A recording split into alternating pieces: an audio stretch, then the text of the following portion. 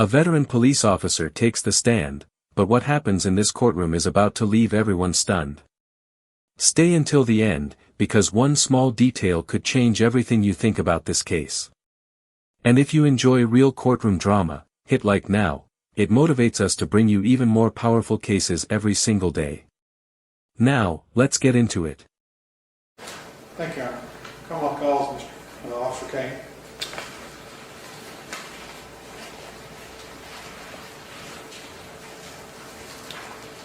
Sir, do you swear or affirm to tell the truth, the whole truth, and nothing but the truth, so help you God? I do. Please be seated, sir. Once you're seated, I want you to state your name for the record and where you're employed. Donald Eugene Kane, Litchfield Police Officer. Mr. Rattler. Thank you. Officer Kane, how long have you been employed with the Litchfield Police Department? It's almost 5 years now. All right. And were you working on January 13th of 2017? Yes. Okay. And did you have an occasion to assist in a stop with the defendant? Yes, I did. Could you tell us what happened that night? We received word that a gentleman had been in a Mexican restaurant, causing a little bit of a disturbance. He'd been drinking. We advised what kind of vehicle he was driving. When you say we, who are you talking about? The police department. Okay. Go ahead. When we were advised what type of vehicle he was in, he left the Mexican restaurant. He was observed driving to Murphy's gas station. His license plate was ran. It came back that it was expired, so that gave us probable cause to stop the vehicle. Okay. He was at Murphy's for approximately 5 minutes before he moved on. When he left Murphy's, he drove across the parking lot toward the backside of Walmart. At that time, Deputy Officer then, Rafferty, conducted a stop on Mr. Boyd. So, how many officers were involved that night? To my recollection, 2. You and... Officer Rafferty. Okay. And just so there's no confusion, where does he work now? Sheriff's Department, Grayson County Sheriff. Where did he work that night? Litchfield Police Department. Okay. And did you have any audio or video equipment? Yes, I did. What did you have that night? In-car video with an audio recorder on my person. Okay. So you have an actual speaker device that's on your body? Correct. Okay. And you said in-car video? Correct. Do you have one of those that people walk around and they can see? Did you have one of those on underneath that? No. Okay. Did you have those 2 things on that night? Yes. Okay.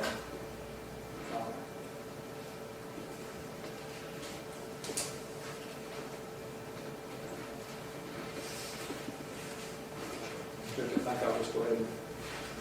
Very well. No objection, Your Honor. Very well. Your Honor, as we discussed, I'm going to put the, actually, I'm going to have the officer come around here. Sir, you need to approach while they're playing the video. What I'm going to do, I'm going to ask that the jury stand up and be able to get right here so they can see and hear everything. That's fair enough. We've got a lot of... You'll stand up and stand right there in front of that bench.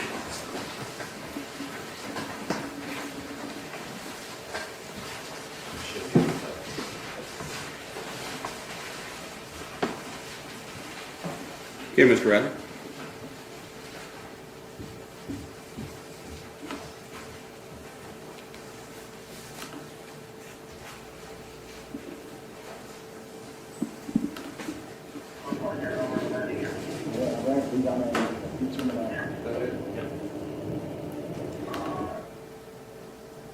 If I show it to you. Okay, now we have audio and video. Ms. Clapp, can you see?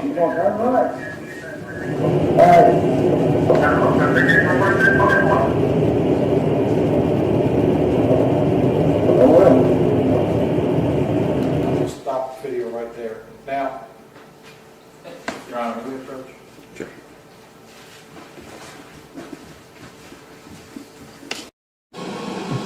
Pursuant to Kentucky law, Your Honor, I would simply ask that the officer not comment and the prosecution not ask him any questions during the duration of the video. It is well established that officers are not permitted to comment on the video while it's playing. He's more than free to testify once we have played the video in its entirety. Identify where he was. Just making sure I wanted to. That's fine, Yeah. I'll play it. Okay. After it's over. That's fine. Thank you. Yeah, just don't comment on that, I'll play it through.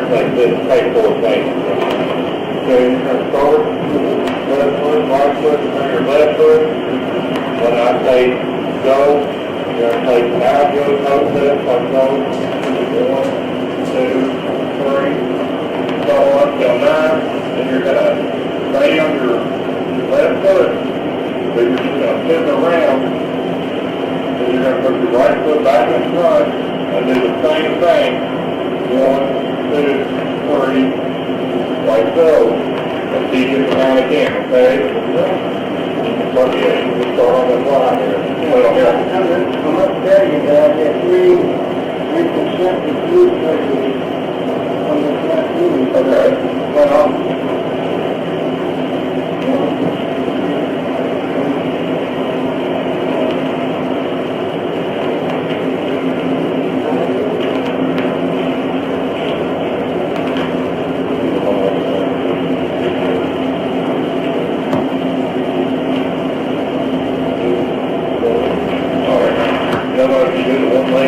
It doesn't matter which leg you use.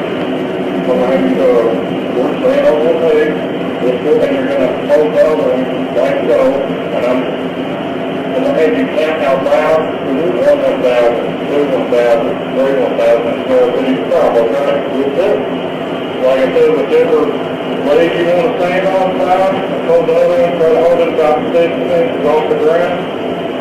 And I'll start, you can start counting whenever you 4,000, 1,000, 3, 1,000, 4, 1,000, 5, 1,000, 6, 1,000. Keep going. 7, 1,000, 8, 1,000.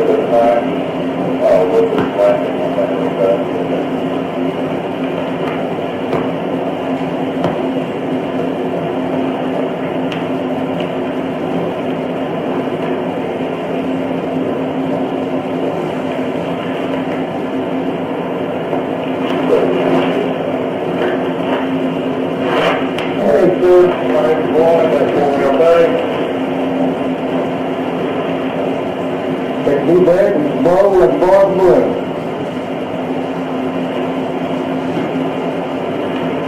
Now, you're not even blowing. You're not even blowing. It's not making a noise. It'll make a noise when it's blowing. So we know we can. That's very safe. I mean, you actually just blow to take it in process. That's this way like a straw. Hold up with your blow blue.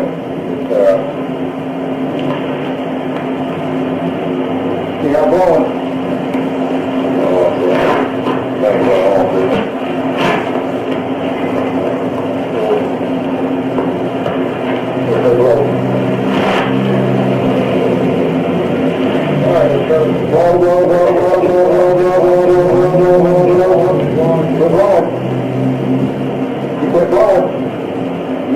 You got to do it again.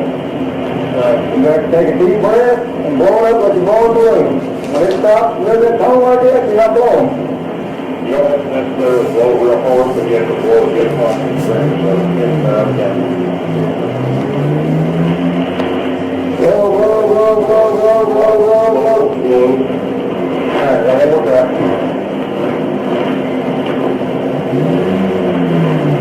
Blow, blow, blow, blow, blow, blow.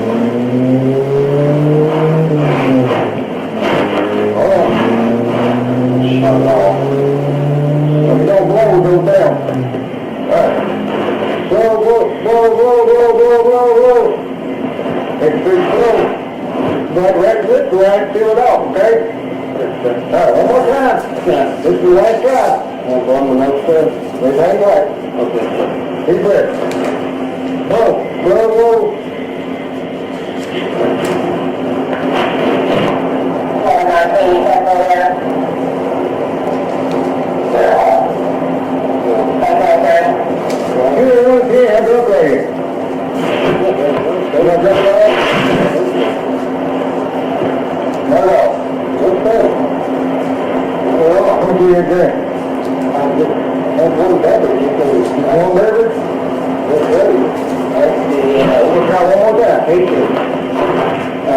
Owners at the restaurant there. Whoa. Whoa, whoa, whoa, whoa, whoa, whoa, whoa, whoa, whoa, whoa, whoa, whoa, whoa, whoa.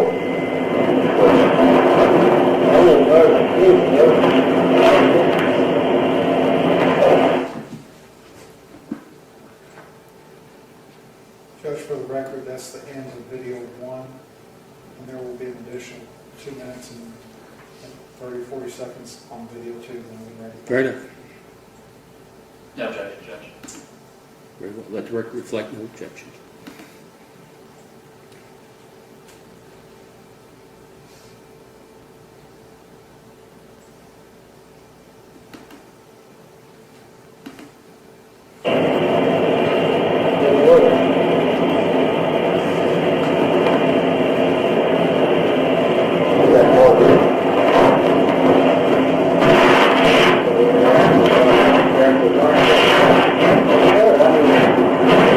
I had to catch that, so.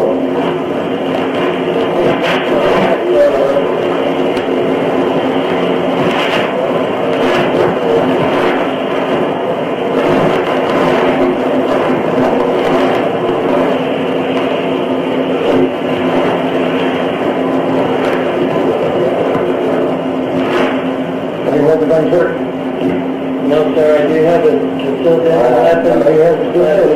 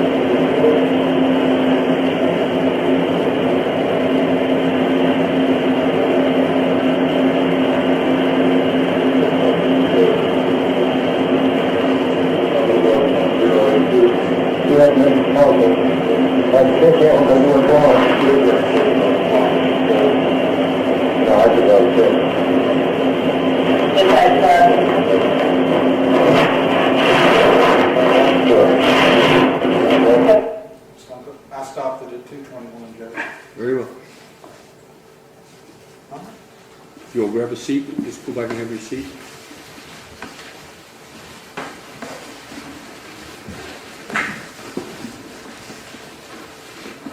Officer.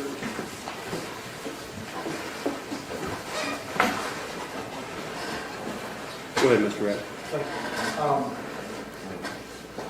Now, is that the video that you took and the audio that was taken that night? Yes. And where is that location at? It's on the east side of Walmart, back by the Lube, What city is that? Litchfield, County? Grayson. Your Honor, at this time, I would move to introduce those portions that were submitted for the jury's review as Commonwealth's Exhibit 1 to the trial. No objection, Judge. Very well. The video, as played, is entered as Commonwealth's Exhibit 1. Thank you. Officer, you were standing there and able to watch the video while the jury was. Is that correct? That's correct. Okay. Was that the same vehicle that you received a call, initial call about? Yes. Okay. And when did you first see that vehicle that night? When did you first see it? When he was pulling out, or backing out from the Mexican restaurant. All right. And what's the name of that restaurant? El Patron, I believe. All right. And to your knowledge, do they or do they not serve alcohol? They do serve alcohol. Okay. And the vehicle left there and traveled approximately. This is where the testimony starts getting really important. Every answer from this point forward can either strengthen the officer's story, or slowly tear it apart. Watch carefully, because even the smallest detail could make a huge difference. How far?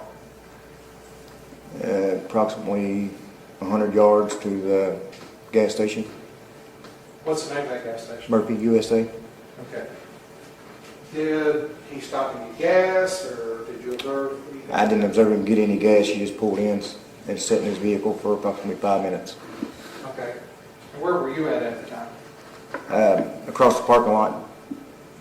In Were front you of Walmart. actually in Walmart's parking lot? Correct. Were you ever in any other parking lot? I may have drove through the parking lot there at the El Patron, but most of the time I sit right there in the Walmart parking lot. Okay. And after you said 5 minutes, what happened? He pulled out of Murphy's, and when he pulled out of Murphy's, he went to the stop sign, took a right, and headed toward the backside of Walmart through the parking lot. When you say backside, are you referencing where the semi-trucks park along the edge? Correct, on the east side of the Lube Center.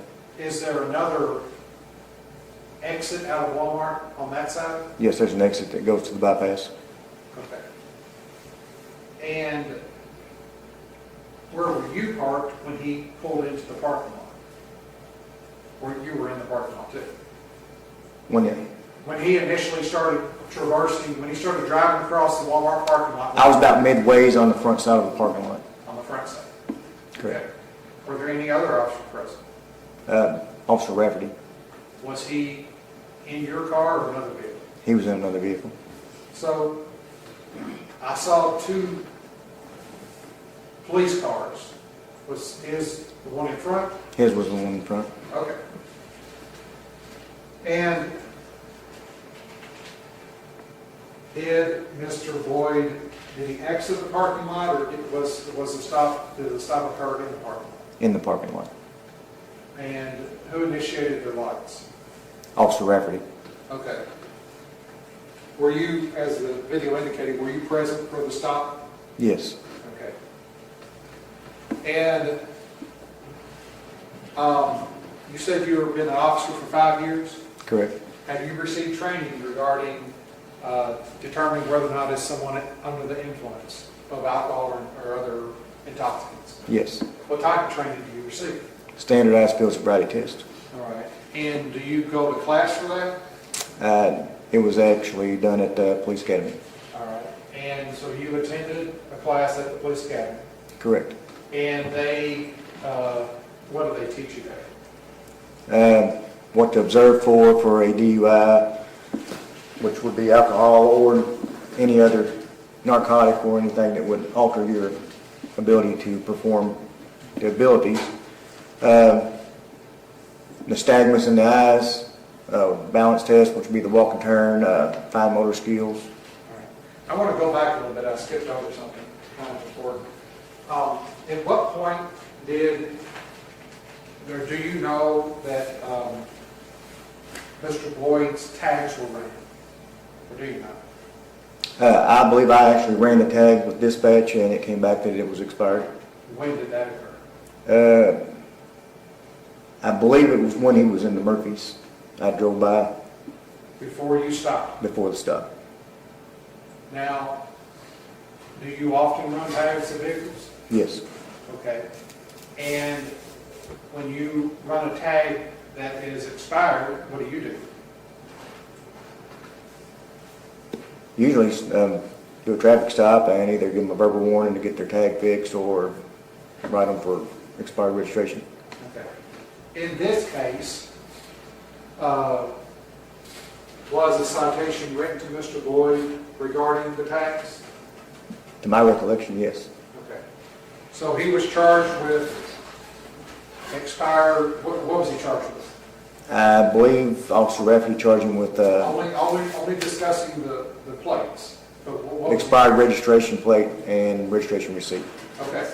So in the law in Kentucky is you have to have those two things in your vehicle valid, correct? Correct. Okay. And where did you determine that, or how did you determine that those things were expired? Dispatch gave the return that it was expired. Okay. So you call, you give them the information, and they relay that back to you until you valid or expired or that kind of stuff? Correct. Okay. Did that information also get relayed to, well, did you tell Trooper Rafferty that? Officer Rafferty, yes, I did. Yeah, okay. All right. And he initiated the stop? That's correct. All right. So, what did you observe and see as you stopped Mr. Boyd initially? Officer Rafferty advised me that he did smell the presence of alcohol coming from the vehicle whenever he made contact. Then he did the field sobriety test, the walk and turn. I observed Mr. Boyd failing to do the heel-to-toe step as he was instructed. He turned the wrong direction, returned without doing the heel-to-toe. Let's go through that slowly. So, you personally observed him do that first test, and it's called what? It's called the walk and turn. All right. And briefly describe to the jury what that is. We heard Officer Rafferty, but just tell the jury what that is. Without using your arms or hands to balance, you take 9 heel-to-toe steps. That's the heel of the foot in front, touching the toe of the foot to the rear. When you get to the 9th step, you leave your left foot, which would be on step 9, planted. You rotate on the ball of your foot and continue. Which foot? Your left foot. You return back 9 heel-to-toe steps as you took the first 9. Again, without using your arms or hands to balance. Do you typically have an imaginary line to use, or what do you do? Yes, typically we have come to just imagine a straight line. What did you do in this case? He actually had a straight white line. Where was it? It was a line that was marked off in the parking lot. Was the parking lot steep, level, what? Level. Was it raining or icy or anything or that night? I don't believe it was raining or ice or anything. I believe it was just dark and clear. Based on your observations, was there any elements, nature, that would have affected his ability to do the walk and turn? No. Okay. And would that be considered his performance? Is that considered passing or failing? That would be considered a fail. Because of what you described earlier? Correct. Okay. And again, the reasons why he failed are what? He did not follow instructions as he was explained. Okay. Specifically, what did he do wrong on that test? We've now reached the final stage of this testimony, where every statement carries real weight. The officer has explained why he believed the field sobriety tests showed impairment, but in a courtroom, testimony alone is never the whole story. Every word is measured against the video, the evidence, and the questions asked by both sides. That's why trials like this become so fascinating, because the smallest inconsistency can completely change how a jury or judge sees the case. Whether you believe the officer handled the situation correctly or think the defense exposed important weaknesses, this case reminds us how closely every detail is examined inside a courtroom.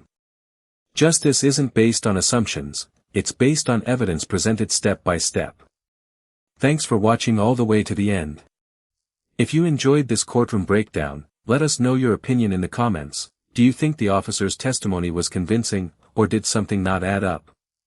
Don't forget to subscribe for more real courtroom stories, and we'll see you in the next case. Not one step that I saw that he did heel to toe. And as You're I saying said, his feet were spaced out wider than they should have been? Correct. Is that what you're saying? correct, They were not on top of each other correct. like that? Was there anything else that he failed in that test? He failed to conduct the turn correctly. Actually, he did what? He turned the wrong direction for one and failed to keep his foot planted.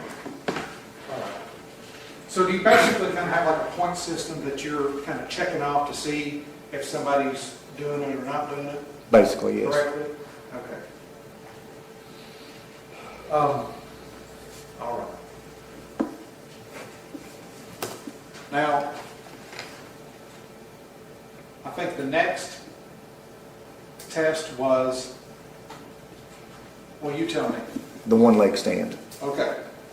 Did you observe that test? yes. All right. Did you hear on the video what do you recall, or did you hear Mr. Boyd complaining about an issue? I believe it was before the walk and turn, he said that he'd had 3 knee surgeries. On which leg? I don't recall which leg he said. Well, on the video,